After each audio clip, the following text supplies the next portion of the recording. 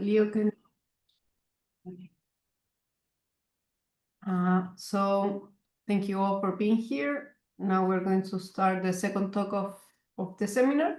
I'm gladly to present Leo Lozano. He's our second speaker, an associate professor in operations, business analytics, and information systems department in the University of Cincinnati. He received his bachelor degree in University de los Andes, his master's degree in University of Florida, and his PhD in Clemson. His research focused on exact algorithms for discrete optimization and has been published in several journals, including a award-winning paper in Networks in 2020. And his research has been funded by the Office of Naval Research and the Air Force Office of Science Research and Google. So thank you, Leo. Yeah, thanks so much for the invitation. Let me get this full screen. And yeah, super happy to share this with you. I just have a very light intuition on this. It's a very cool problem in robust optimization, where the decision maker can change the shape of the uncertainty set. This paper was recently published, so at the last slide, I'm going to share a link for the paper with all the details, and then I would just like to tell you a little bit about this problem, what we did, and I think it's very nice in some ways also connected with this parametric integer space. So let's dive into this. So the problem we're looking at, it looks like a traditional robust optimization problem. So we have a decision maker, but there is uncertainty on the coefficients of the constraints, maybe as well on the coefficients of the right-hand sides. So in a robust fashion, the modeling here, what it's saying is, well, this uncertainty, the parameters that you don't know, they're a function of this uncertain parameter that belongs to some uncertainty set. In traditional robust optimization, this uncertainty set would be fixed. So it would be only a polyhedron, maybe that's your uncertainty set. And we're looking to optimize against the worst realization of that uncertainty. The interesting twist in this case, and this is something that has gained traction in the last 3, 5, 6 years maybe, is this uncertainty set is decision dependent. In this case, the decision maker can influence has some influence in the realization of the uncertainty. So the way we're capturing this is this uncertainty set is a function of x, is parameterized by x. And in this work, we are looking at a discrete set. We care about mostly binary problems or general discrete problems or mixed integer problems. And this set is a polyhedron. But again, this is a polyhedron defined both on U and X. So this becomes very similar to the integer space that Thomas was sharing. We have an integer polytope that the constraints are a parameter of the decision maker. So this is a very interesting, very challenging problem. If you think about applications, it could be anything from maybe you're looking at a system and you can have a preventive maintenance. So instead of waiting for a failure to happen, maybe you can perform some maintenance operations, and then that would definitely affect the ways in which your system could fail or not. Or this could be also related to information discovery. Maybe you have a very large uncertainty set. There's many things you're uncertain about. But maybe you can invest in intelligence gathering, or maybe you can invest in some ways that you can remove some of the uncertainty. So maybe you have a trade-off in which you could pay to shrink your uncertainty set. So there's very cool applications that we can think about this. And this is the main setting of the problem. I feel that the problem is very challenging in two ways. The first way that is challenging is in this parametric discrete space. Characterizing this space is very challenging, because if it was a linear, if this use were continuous, maybe there would be some tricks we could do. But since we are looking at a discrete space, this space is a weird space to characterize. It's a parametric set of integer points that is not easy to characterize. And then the other thing that could get nasty is depending on what assumptions you put on the function, this a of u and b of u. And even if we keep this very simple, even for affine functions, this could complicate things a little bit, as I'll show you next. So this is the setup. And I just want to share a few ideas, a few ways that we try to approach this problem. Before I move on, is there any question regarding the problem setup? The problem setup feels good. I see no questions. So 3 ideas I want to share with you. Three ideas we try to come up with exact solution methods for this type of problems. The first idea is, as is mostly done in robust optimization, try to massage this problem in a way that we can design an iterative cutting plane algorithm. A second idea is, when we look at this problem, it looks very much like a bilevel problem. It feels like a bilevel problem, like we have this parametric space, and it would seem it's not quite there yet, but it feels like a bilevel problem. So we are trying to see maybe a transformation into a bilevel problem could be another idea to try.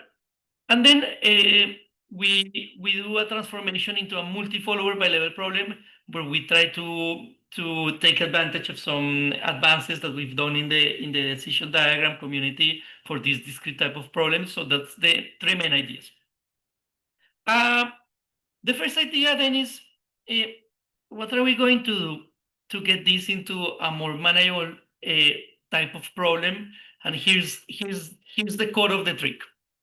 What is making this problem complicating is mostly that we have this parametric dependence, right? That the uncertainty set is a function of x.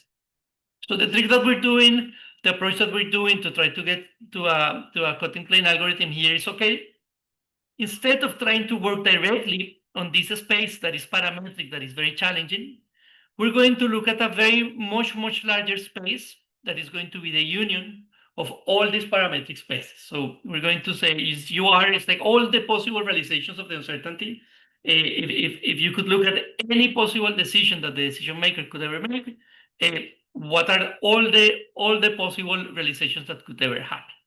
And then what we would like to do is to try to determine this belonging, this idea of those realization of the uncertainty belongs to a specific parametric set u of x. We're going to try to evaluate that like case by case. So we're going to define an indicator function, and this indicator function is going to look at a vector u, and it's going to look at a decision vector x, and it's going to try to just, it's an indicator that is going to just flip it on or off. Does this u belongs to a specific parametric set u of x or not?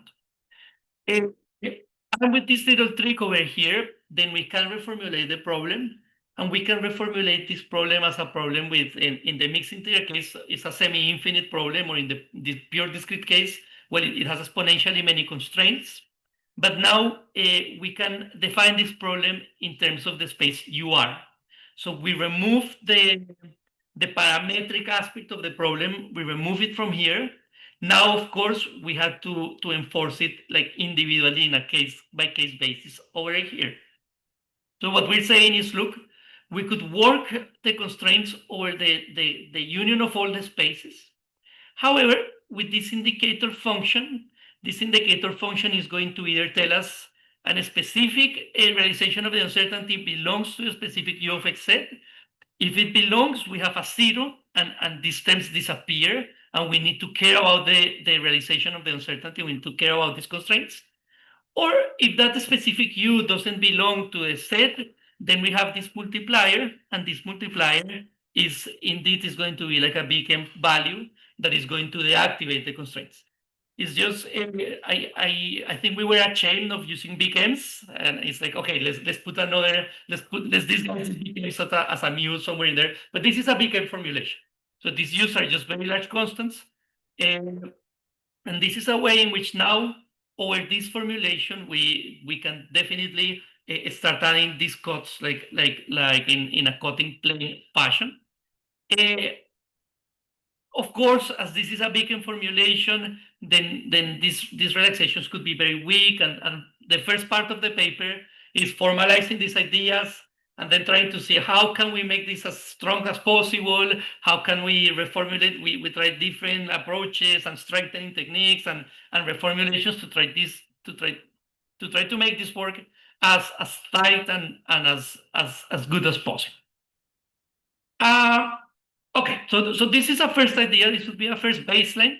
The trick of the transformation here is to kind of hide this parametric relationship into these indicator functions over here. Now, a second idea is let's try to cast this as a bilevel problem. And the way we did it is as follows. The way we did this reformulation is as follows. We're going to say, well, the decision maker is the leader. So this decision maker is here as a leader and is facing all of these constraints. And these constraints are parameterized by U. And this U is going to be our follower. So what we're saying is X, let's be the leader, be in control of X, and let's have the follower be in control of U. And since in the original problem, we need to find an X that is feasible for every realization of U, then the trick what we're doing here is saying, okay, so what the follower is going to try to do is going to try to find a realization of U that violates as most constraints as possible. So we introduce these binary variables. These S are binary variables. And whenever one of these binary variables takes a value of 1, it means that the follower is able to find a realization of U that is going to violate one of the constraints. So the idea here is you as a leader select a vector X, and you have a follower that is going to try to optimize against you, is going to try to make your selection infeasible, trying to violate as many constraints as possible. Of course, we show the equivalency and that this is indeed a correct formulation. Spoiler alert, sadly, this formulation as is very weak because there's like this adversarial relationship between the leader and the follower. The leader is doing something and the follower is completely adversarial. The follower is trying to completely destroy what the leader does.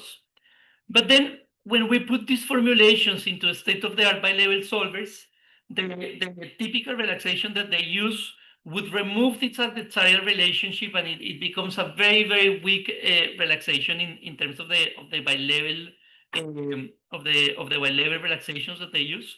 But it's a starting point. So this was an interesting starting point. Spoiler alert: this was not very successful, and we are still open to how could we maybe frame this better so that it could work a little bit better. Now, the other approach that I am most excited about is the decision diagram approach in here, and here's the idea. Very similar as before, we're going to frame this as a bilevel problem, but instead of having one follower that is trying to violate as many constraints as possible, what we're going to do is we're going to have multiple followers. We're going to define one follower per constraint, and the idea of this specific follower is to make that constraint infeasible. So here the idea is you have a leader. Leader is going to try to select this X vector, and I'm just rewriting the constraints line by line. So instead of looking at the matrix form, I'm looking at these constraints line by line. And then I'm saying for each one of these constraints, you have a follower, and this follower is trying to make that specific constraint infeasible. So this is a problem where you have one leader and you would have as many followers as robust constraints, where each one of your followers is trying to make that constraint infeasible. Each one of these followers then is going to have its feasible space defined by the uncertainty set. So this uncertainty set, this parametric uncertainty set, is going to be now the feasible space of each one of your followers. Each one of your followers trying to find a vector to violate your constraints in this parametric uncertainty set. What we can exploit here is that in the past few years, we as a community in the decision diagram community, we've been working on some ideas on how to use decision diagrams for bilevel problems and looking at cases in which this parametric space, this is a parametric discrete space, maybe we can represent with a decision diagram. So indeed, what's going to happen is this is not any decision diagram. This is going to be a parametric decision diagram. So we want to build a decision diagram that is parameterized by X and then correctly captures this shifting this parametric space in here. It's not an easy task to do in general, but it's doable in many special cases. And then the main intuition is if you're able to build a decently sized decision diagram to represent this space, then what we have is a representation of the convex hull of this space in a lifted. We are adding like more dimensions as the flows of the decision diagram. But what we care about is if we have a decision diagram representation of this parametric space, what we have is a convex representation. It's like a convexification device. And once we have this convexification device, we can use duality and we can use all the good tricks that we have in the bilevel community to recast this problem as at the end we can recast this problem as an MIP, which is really cool because the decision diagram works as a way of providing a convex hull representation of this discrete set. And once we have it, we can use duality. We can just do all the tricks existing in the book to try to tackle this problem. So I wanted to show you an example of how this would look. So let me show you a numerical example that should maybe make things more clear. And this is the example. We have a parametric uncertainty set where we have 3 uncertain parameters and we have 2 linear constraints. So we have this is the first constraint, and we can see it's parameterized by x1 and x2. And we have this is the second constraint defining the uncertainty set, is parameterized by x1. And then I'm going to define the X space just as a binary space in 2 dimensions. And I'm going to define for this example the functions that define A and B. So the uncertainty on the parameters, I'm just going to define this as affine functions. So what we're saying is I don't know, the leader doesn't know what the constraints are going to be exactly. They're going to be a function of this one U1, U2, and U3. The same for the right-hand side. The right-hand side of the constraint is a function of this U1, U2, and U3. Everything absolutely discrete. What we're saying is, look, maybe we can represent this parametric space, we can represent it with a decision diagram. And this is not a specific contribution of this paper. This is a contribution of a previous paper with a different set of authors in which we're looking at parametric decision diagrams for this problem. So we're taking advantage of that. And how would this work is as follows. Is, well, if you want to represent a parametric discrete space with 2 constraints, our decision diagram is going to keep track of 2 state variables. And these 2 state variables are going to keep track of the left-hand side of the constraints. So I'm going to keep track of this left-hand side of the first constraint and the left-hand side of the second constraint. Initially, the contribution of this becomes my variables, these uncertain parameters become my variables, and initially the contribution to both constraints would be 0. Then, in this binary case, as we consider any realization of this U1 that could be 0 or 1, then we keep track of the contribution to the constraints. So for example, if U1 is set to 0, well, there's no contribution to any of the constraints, so my state is still 0, 0.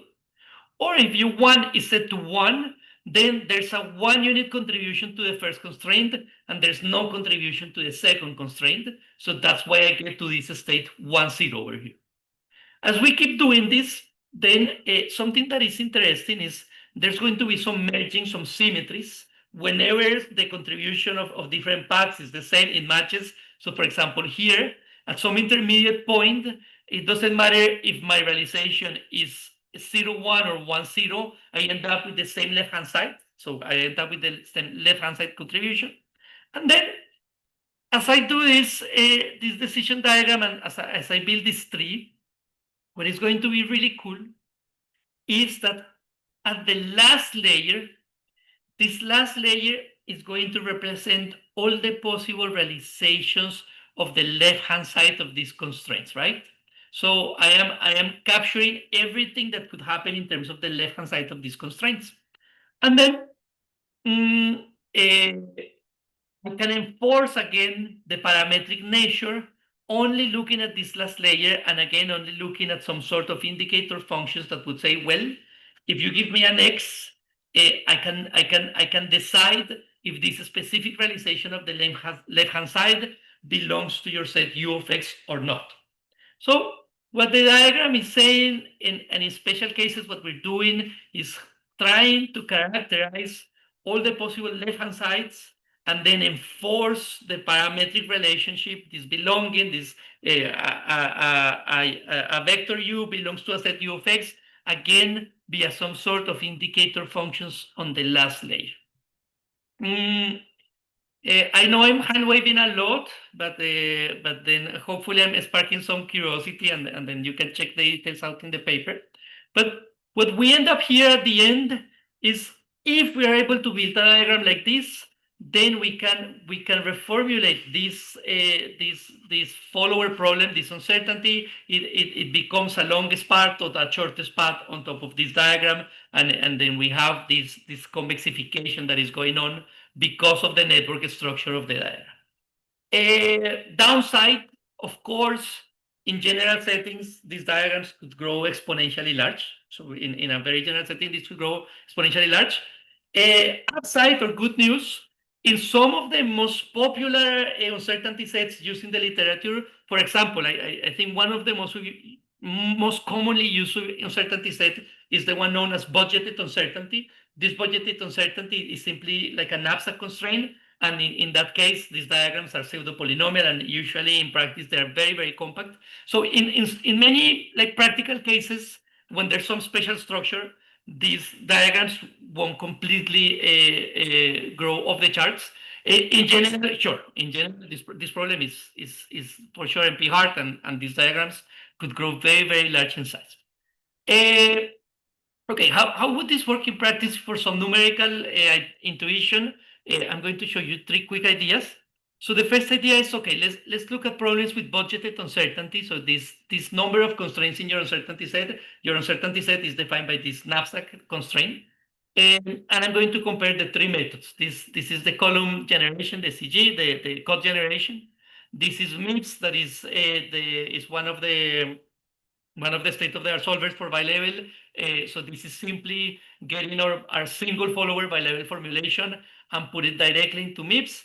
And this is the DD approach, is build these decision diagrams. And then using these decision diagrams, we do some tricks, we use some duality, and we end up with a relatively large, but a single level mixed integer problem. In this case, we see that both we are looking at problems from like very small problems, 15 to 200 variables, and these are binary variables, I think. And we're looking at one constraint, and this 0.5 and 1 is just a measure of how tight or how loose those constraints are. And what we see here is what I was telling you, spoilers.